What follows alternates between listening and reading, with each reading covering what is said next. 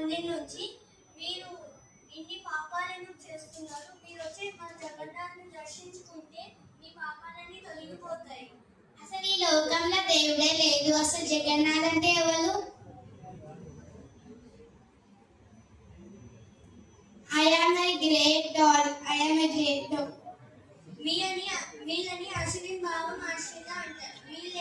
వీళ్ళు అన్ని పాపాలు చేస్తూ అసలు దేవుడే లేడు, అసలు దేవుడు అంటే ఎవరు అని అంటూ ఉంటారు.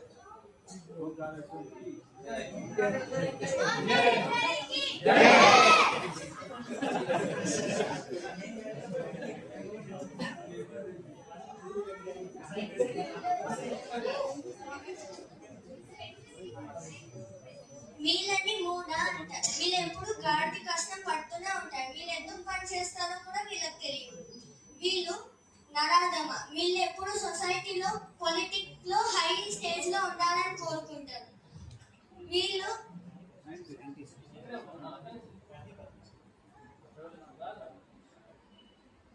కానీ భక్తి చేయరు.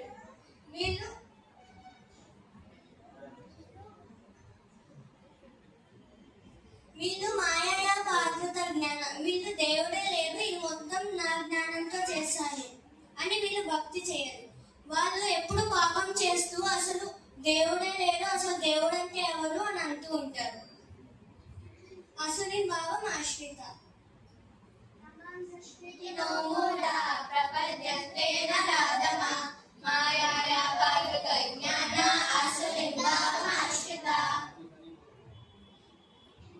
మహామూఢులు నరులలో అత్యంత అధములు, మయచ్చే జ్ఞానము అపహరించిన వారు, నైతికమైన ధన ప్రకృతి చేపట్టేవారు, అయినప్పటికీ దుష్టులు నాకు శరణకొచ్చు. హరే కృష్ణ హరే కృష్ణ కృష్ణ కృష్ణ హరే హరే, హరే రామ హరే రామ రామ రామ హరే హరే. హరే కృష్ణ. అందరి డ్రామా జాగ్రత్తగా అబ్జర్వ్ చేసిరా? ఎన్ని రకాల మనుషులు ఉన్నారు? రాని వాళ్ళు. ఇది ఫస్ట్ క్వశ్చన్ కాదు. ఓకే, వీళ్ళని ఏమంటారు? ఎంతమంది నరాధమా?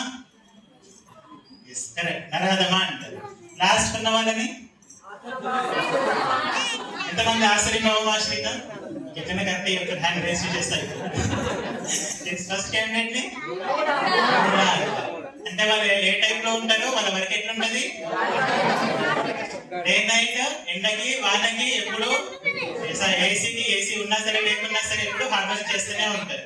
సింపుల్ చెప్పంటే గాడిద కష్టం మన భాష వాళ్ళకి. తర్వాత పొలిటీషియన్స్ కానీ లేదంటే సొసైటీలో బాగా ఎదిగి ఉన్న వాళ్ళు కానీ సెకండ్ టైప్ అన్నమాట. వాళ్ళు ఎవరు? నరాధములు.